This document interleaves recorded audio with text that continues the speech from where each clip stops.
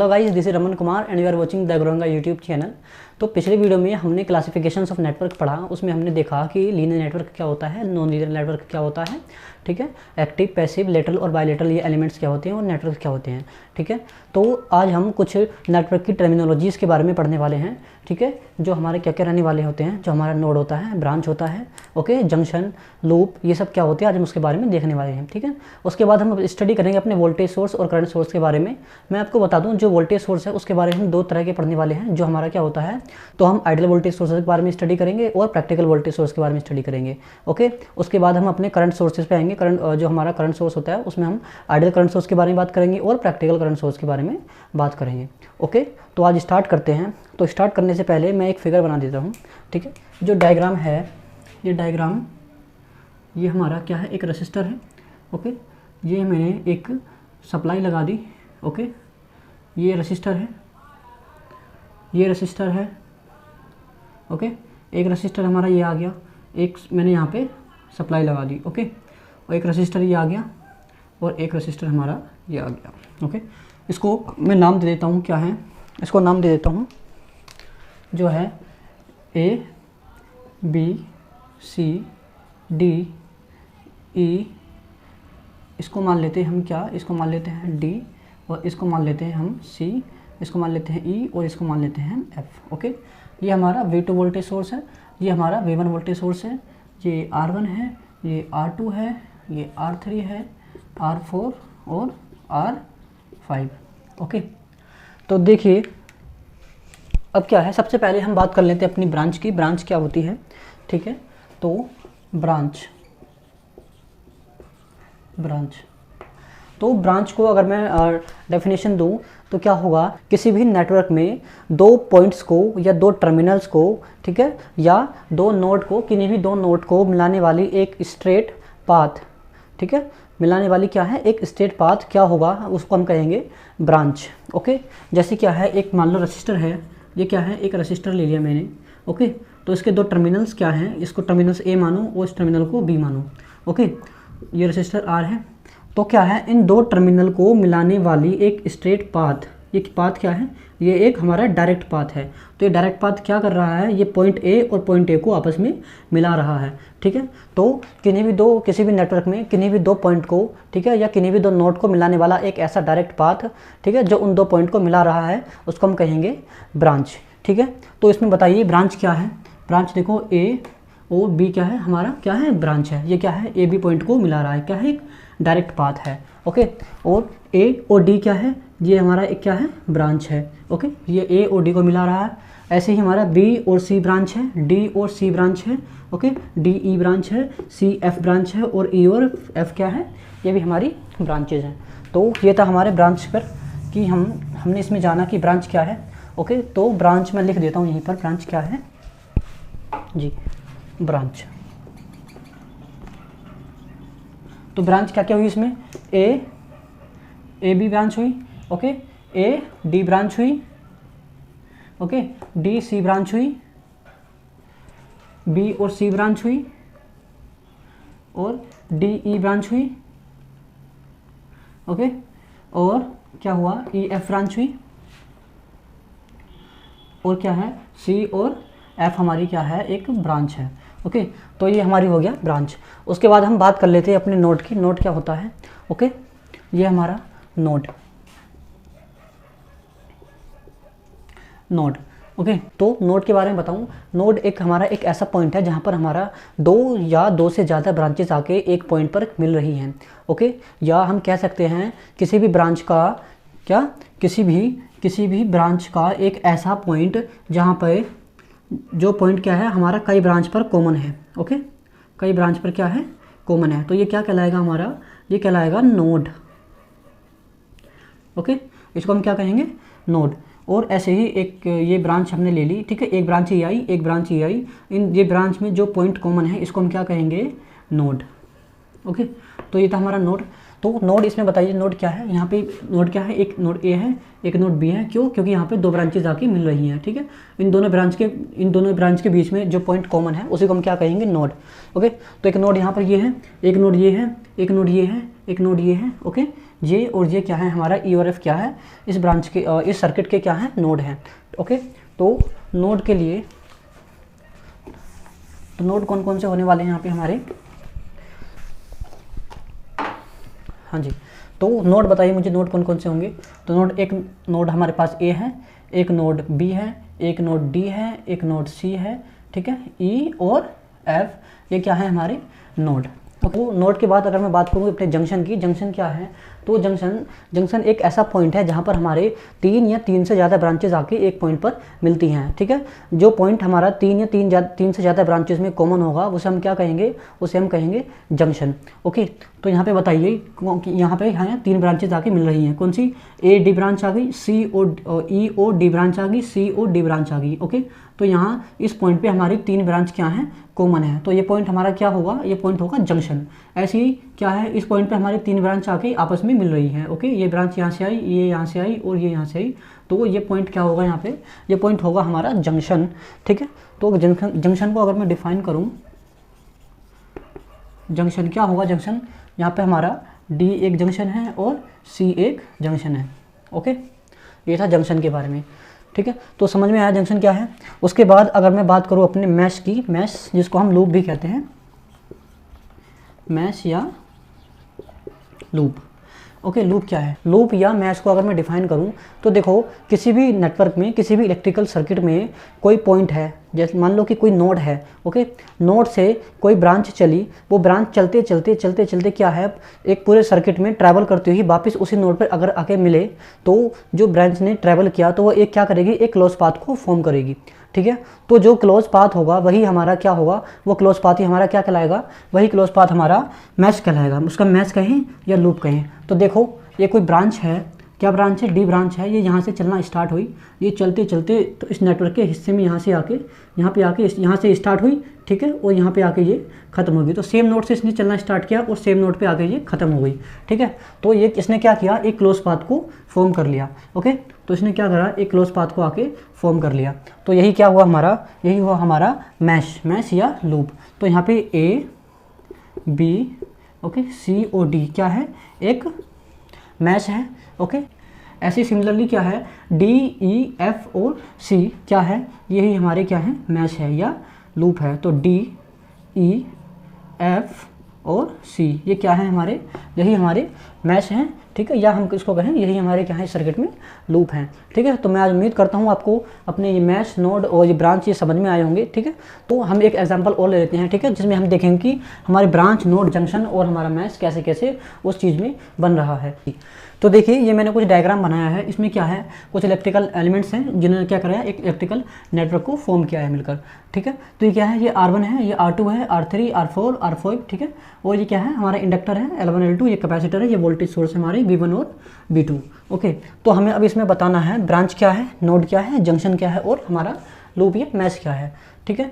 तो जैसे कि मैंने आपको बताया, ठीक है, तो क्या है, ब्रांच क्या है, इसमें बताओ। ब्रांच एक ऐसा डायरेक्ट पाथ जो किसी भी सर्किट में या किसी भी नेटवर्क में दो पॉइंट को मिला दे। ओके, तो यहाँ पे किन्हीं भी दो पॉइंट को मिलाने वाला डायरेक्ट पाथ कौन कौन सा है, एक तो क्या है हमारा 1 2, इसे अगर 3 माने, ओके, इसे 4, इसे 5, इसे 6, ठीक है। तो ये क्या है, देखो, एक पॉइंट ये है, एक पॉइंट ये है, तो इन दोनों पॉइंट को मिलाने वाला एक ऐसा डायरेक्ट पाथ है ये, तो इसको हम क्या कहेंगे, ये किस में आ जाएगा, हमारा ब्रांच में, ठीक है। 1 और 6 क्या होगा, हमारा एक ब्रांच होगा, ठीक है।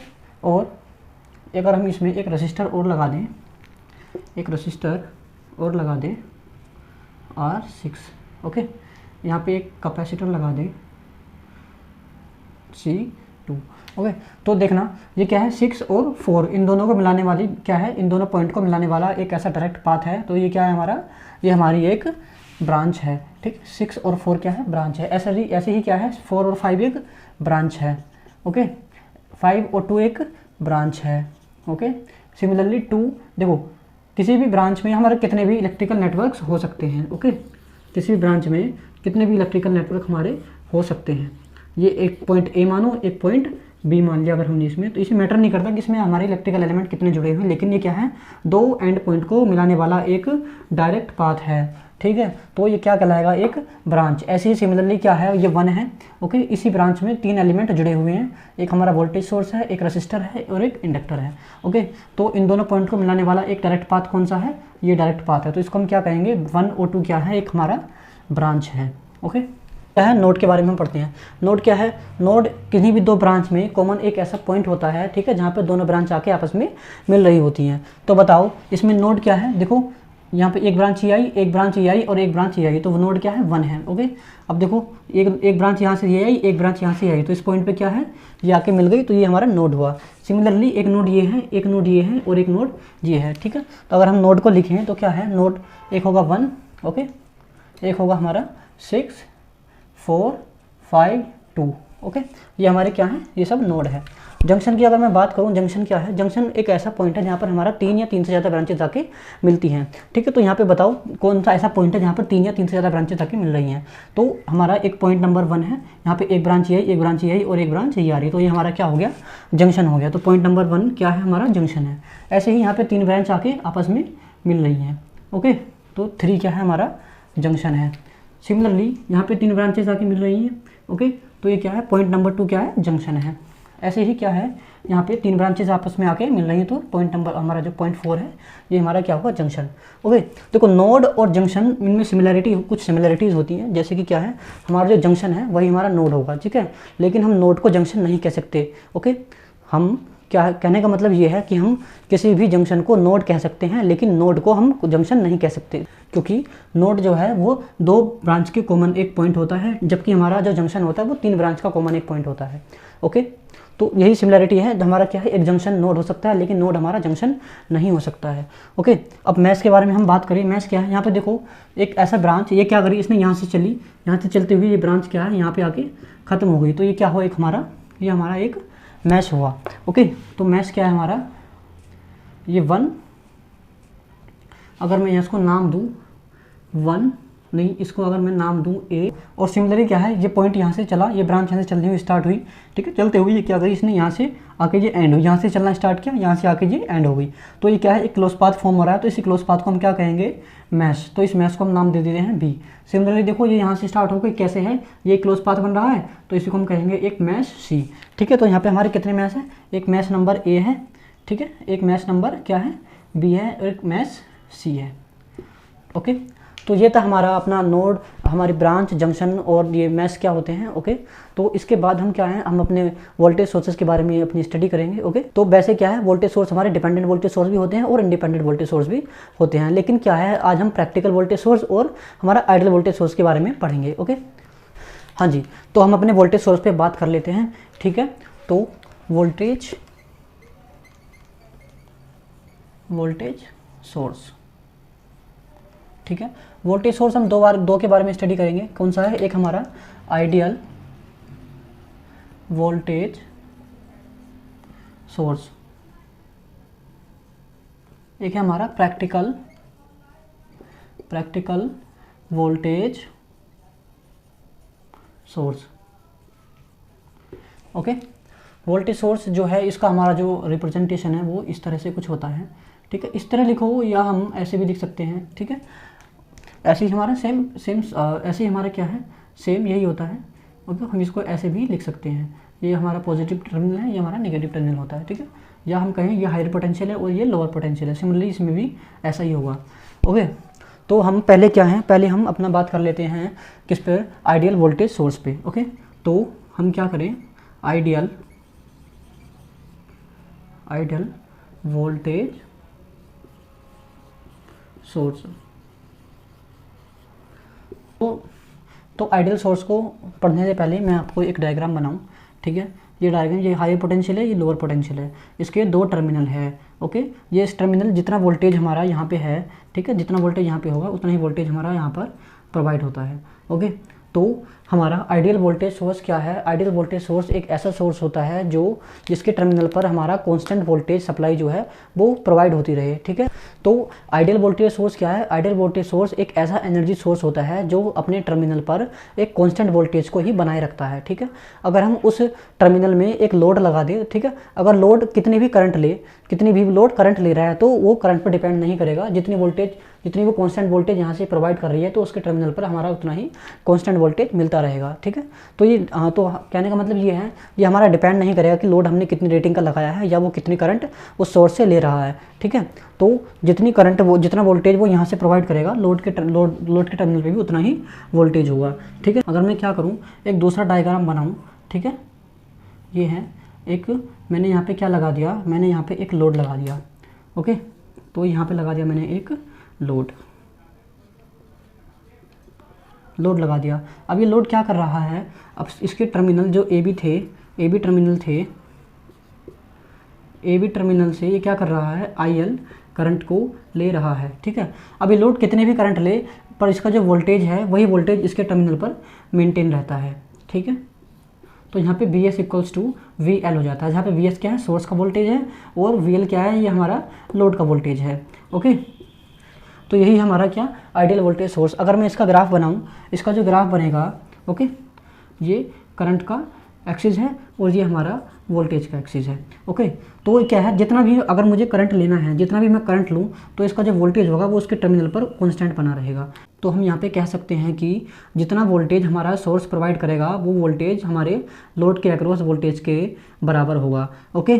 तो ये क्या है, हमारा V सोर्स का वोल्टेज। तो हमारा जो आइडियल वोल्टेज सोर्स है उसका जो ग्राफ है वो एक स्ट्रेट लाइन आती है, वो स्ट्रेट लाइन मतलब एक हमारा कांस्टेंट लाइन आती है, ठीक है। तो that was all about our ideal voltage source. तो हम बढ़ने वाले हैं अपने प्रैक्टिकल वोल्टेज सोर्स पर, ओके। तो मैं इसको मिटा रहा हूँ।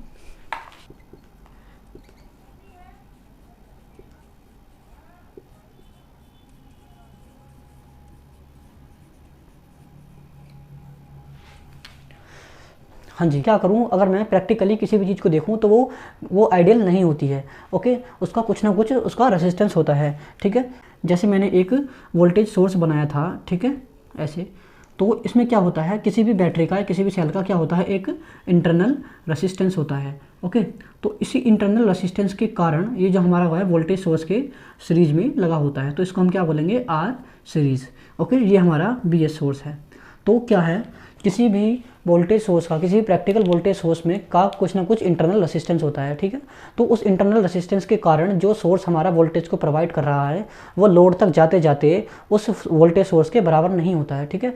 मतलब कि जितना वोल्टेज हमारा सोर्स प्रोवाइड कर रहा है उतना वोल्टेज अपने लोड को नहीं मिल पाता है, ठीक है। क्यों? क्योंकि अगर देखिए, अगर मैं इन टर्मिनल्स A और B टर्मिनल्स के अक्रॉस एक लोड लगा दूँ, ओके। लोड कहने का मतलब जैसे हमारा क्या है, बल्ब है, कोई पंखा है, ठीक है, हमारा रेफ्रिजरेटर है, ये सब क्या आती है, इनको हम क्या कहते हैं, लोड, ओके। ये लोड जितना करंट यहाँ से लेगा, मान लीजिए यहाँ से IL करंट ले रहा है, तो IL करंट अगर हम जितना बढ़ाते जाएंगे तो ये जो सीरीज रेसिस्टेंस है इसकी वजह से क्या है, हमारा जो VS सोर्स है, ये हमारा VS सोर्स इसको नहीं मिल पाएगा। तो यहाँ पे हमारा BS source does not equals to VL, ठीक है। VL क्या है, VL यहाँ का हमारा इस लोड के अक्रॉस क्या है, वोल्टेज है, ओके। तो अगर मैं इसका प्रैक्टिकली एक ग्राफ बनाऊँ, ओके। जैसे जैसे हमारा करंट बढ़ता जाएगा वैसे वैसे जो हमारा वोल्टेज है वो वोल्टेज हमारा पूरा नहीं मिल पाएगा, कांस्टेंट वोल्टेज उसको नहीं मिल पाता है। हम जानते हैं जो हमारा आइडियल वोल्टेज सोर्स था उसका ग्राफ तो इस तरह का था, ठीक है। मगर क्या है, प्रैक्टिकल वोल्टेज सोर्स में जैसे जैसे हम करंट को इंक्रीज करते जाते हैं हमारा जो वोल्टेज का जो ग्राफ है वो हमारा इस तरह से जाता है, ओके। मतलब करंट को बढ़ाते जाने पर हमारा क्या है, वोल्टेज क्या है, डिक्रीज होने लगता है, ठीक है। तो ये था हमारा प्रैक्टिकल वोल्टेज सोर्स। तो एक ओवरव्यू मैं दे देता हूँ आपको। हमारा आइडियल वोल्टेज सोर्स में क्या था, हम करंट को कितना भी बढ़ाएं लोड में, ठीक है, करंट लोड हमारा कितना भी ले रहा है, लेकिन क्या है, जितना वोल्टेज हमारा सोर्स प्रोवाइड कर रहा है उस लोड के अक्रॉस उतना ही वोल्टेज हमारा उसको प्रोवाइड होगा। लेकिन प्रैक्टिकल वोल्टेज सोर्स में ऐसा नहीं होता। क्यों नहीं होता? क्योंकि उसके सीरीज में एक हमारा रजिस्टर लगा होता है। रजिस्टर मतलब उसका इंटरनल रेसिस्टेंस कुछ होगा, ठीक है। प्रैक्टिकल सोर्स का एक इंटरनल रेसिस्टेंस होने के कारण ये क्या करता है, ये कॉन्स्टेंट वोल्टेज सोर्स को सप्लाई नहीं कर पाता है, ठीक है। वो लोड तक पहुँचते पहुँचते उसके करंट के हिसाब से वो घट जाता है, ठीक है। अगर मैं यहाँ की एक इक्वेशन लिखूँ तो वो इक्वेशन क्या होगी, देखिए, ये Vs इक्वल्स टू क्या होगा, ये जो इसमें वोल्टेज ड्रॉप होगा, ओके, इसमें जो हमारा वोल्टेज ड्रॉप हो रहा है इसका वोल्टेज और इसका वोल्टेज का सम होगा, ठीक है। तो यहाँ पे आई L into R S E plus, okay, और ये जो हमारा वी एल ले रहा है ये क्या है, वी एल है। तो जो हमारे सोर्स का जो टोटल वोल्टेज है वो इसके ड्रॉप के और इसके वोल्टेज के सम के इक्वल होगा, ओके। तो यहाँ से अगर मैं वी एल का निकालूँ तो वी एल इक्वल्स टू क्या हो जाएगा, वी इक्वल्स टू हो जाएगा V S minus I L into R S E, ठीक है। जबकि हमारा क्या था, ये केस था हमारा किसका, ये था प्रैक्टिकल वोल्टेज सोर्स का। जबकि हमारा क्या था, आइडियल वोल्टेज सोर्स में क्या था, आइडियल वोल्टेज सोर्स में हमारा V L equals to V S था, ठीक है। हमें क्या है, कॉन्स्टेंट वोल्टेज की सप्लाई मिल रही थी, ठीक है। तो अगर हम यहाँ पे कहें हमारा जो वी एस है वो हमारा डज नॉट इक्वल्स टू क्या है, वी एल है, ठीक है। तो ये थी हमारी अपने प्रैक्टिकल वोल्टेज सोर्स की इक्वेशन, ओके। देखिए अगर मैं क्या करूँ यहाँ से, क्या किसी भी तरीके से इसकी वैल्यू को जीरो कर दूँ, ठीक है। जो सीरीज का रेसिस्टर है इसकी वैल्यू अगर मैं जीरो कर दूँ तो फाइनली हम ये कह सकते हैं, अगर किसी भी तरीके से इसकी वैल्यू जो है, रेसिस्टर की वैल्यू जो है अगर हम जीरो कर दें, इसके वैल्यू यहाँ से जीरो कर देंगे तो ये जीरो हो जाएगा, तो हमारा वी एल इक्वल्स टू क्या हो जाएगा, वी एस, ठीक है। तो हम क्या कह सकते हैं, किसी भी वोल्टेज सोर्स को प्रैक्टिकली बनाने के लिए उसका इंटरनल रेसिस्टेंस कितना होना चाहिए, जीरो, सो दैट हमारा V L equals to V S I, मतलब लोड के जो अक्रॉस जो टर्मिनल की उसके वोल्टेज होगी वही हमारी क्या है, सोर्स की वोल्टेज हो जाएगी, ओके। तो हम यहाँ कह सकते हैं for ideal voltage source R series क्या होना चाहिए, जो उसका सीरीज का रेसिस्टर है वो हमारा जीरो होना चाहिए। कैसे, ठीक है। अगर हम इक्वेशन में आर की वैल्यू जीरो रखें तो क्या हो जाएगा, तो V L equals to V S minus I L into zero, तो ये जीरो तो क्या हो गया हमारा, V L equals to V S हो गया, ठीक है। तब हमारा ग्राफ कैसे निकल के आएगा, तब हमारा ग्राफ एक कांस्टेंट लाइन को फॉलो करेगा। तो यहाँ पे क्या हो जाएगा, V S equals to V L, जो हमारा आइडियल वोल्टेज सोर्स का ग्राफ होता है, ठीक है। तो ये था हमारा क्या, ये था प्रैक्टिकल वोल्टेज सोर्स के बारे में इन्फॉर्मेशन। अब हम देख लेते हैं अपना करंट सोर्स के बारे में, ठीक है। करंट सोर्स में हम दो चीज़ें पढ़ेंगे, क्या हमारा आइडियल करंट सोर्स क्या होता है और प्रैक्टिकल करंट सोर्स क्या होता है, ठीक है। हाँ जी, तो देखिए कि मैंने लिखा है करंट सोर्स, जैसे हमारा वोल्टेज सोर्स था वो दो भाग में डिवाइड होता है, ऐसे ही हमारा दो पार्ट में डिवाइड होता है, ठीक है। जैसे कि क्या है, एक होता है हमारा आइडियल करंट सोर्स, ओके। इसको हम जो हमारा इसका जो नोटेशन होता है वो इस तरह से होगा, ठीक है। ये हमारा क्या है, करंट सोर्स का रिप्रेजेंटेशन है। ऐसे क्या होगा, प्रैक्टिकल करंट सोर्स, ठीक है, सेम रिप्रेजेंटेशन होगा, ओके। तो अगर मैं एक डायग्राम बनाऊं,